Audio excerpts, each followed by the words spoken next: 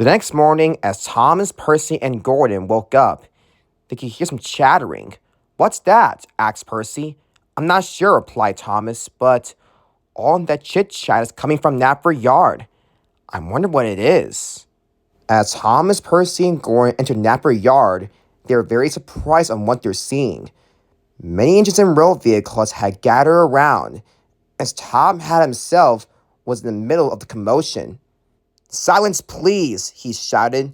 "Look, I know all of this is bad, but until all this is sorted out, Edward will take care of it, because I'm going away for a very important meeting far away from here and the mainland. Now, you'll excuse me, I must go to the airport to catch my flight. I don't want to miss it." And with that, he and Winston drove away. "What was that all about?" asked Thomas curiously. "Something dreadful happened last night," replied Wilbert. "You see, over at Vickerstown, two diesel engines blew up Henry's Tunnel in a line towards Vickerstown Station." "You got that right," agreed Dustin. "But luckily, no engine was around, especially no mainland engine like Connor and Caitlin, for example. The Vickerstown sheds were all empty when the scene happened, especially ever since last night. But right now, we got ready to run as usual." "Dustin's right," agreed Edward. "So all of you better pay attention as I give you all of your jobs." And with that, Edward gave everyone their jobs. Pretty soon, all of the engines and road vehicles have left to do their work, with the exception of Thomas, Percy, and Gordon, who are still waiting for Edward to give them their jobs.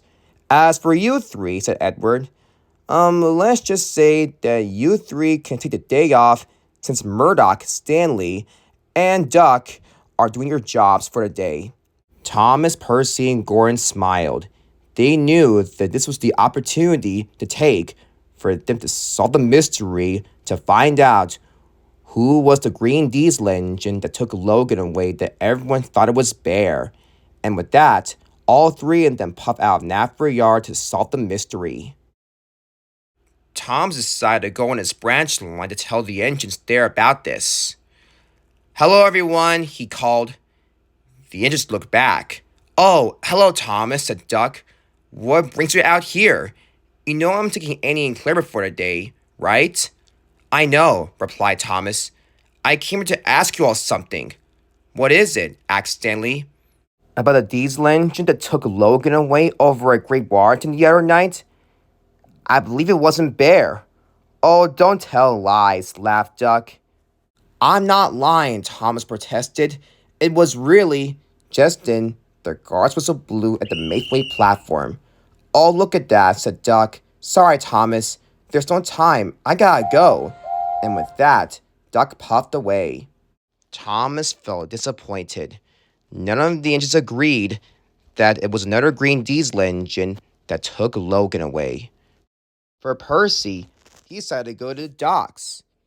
But unfortunately, just like the engines on Thomas's branch line, the engines there also believe that it was Bear that took Logan away, and didn't believe that it was another green diesel engine that did so. And same goes for Cranky the Crane and Bulstrode. Gordon decided to go to Vickerstown. He told Dustin and James about this, but unfortunately, once again, they believe that it was Bear who took Logan away. As Gordon rounded the bend, he was very surprised at what he was seeing. On his right was where the explosion happened. Track pieces were thrown everywhere, and Henry's Tunnel was completely eradicated. But luckily, the station was still standing and was left undamaged. "Cinders and ashes," whispered Gordon. "This is very dreadful." "You can say that again," agreed Wilbert, who was nearby. "But luckily, Vickerstown Station's all right, though," added Oliver, "which is a good thing, and also on the bright side."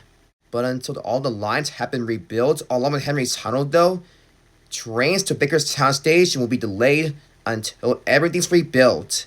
"Anyways," Gordon continued, "you guys believe that it was another green diesel engine that took Logan away over at Great Warrington the other night?" Wilbert and Oliver looked at each other with uncertain faces. I'm I'm not so sure, replied Oliver. From what I heard, everyone's been saying and believing that it was Bear who took Logan away over at Great Warrington. Yeah, agreed Wilbert. Why'd you ask? Oh, I'm just wondering, replied Gordon innocently. Thank you. And with that, Gordon puffed away. What's got into him? Asked Oliver curiously. I have clearly no idea, replied Wilbert. That afternoon, Thomas, Percy, and Gordon met each other once again at the brown turntable. None of us found any clues, groaned Percy. Well, this is a bummer. Don't worry, Percy, said Thomas. We'll try again tomorrow. After we finish our work, that is. Percy had to agree, including Gordon, who was once again ready to solve the mystery tomorrow.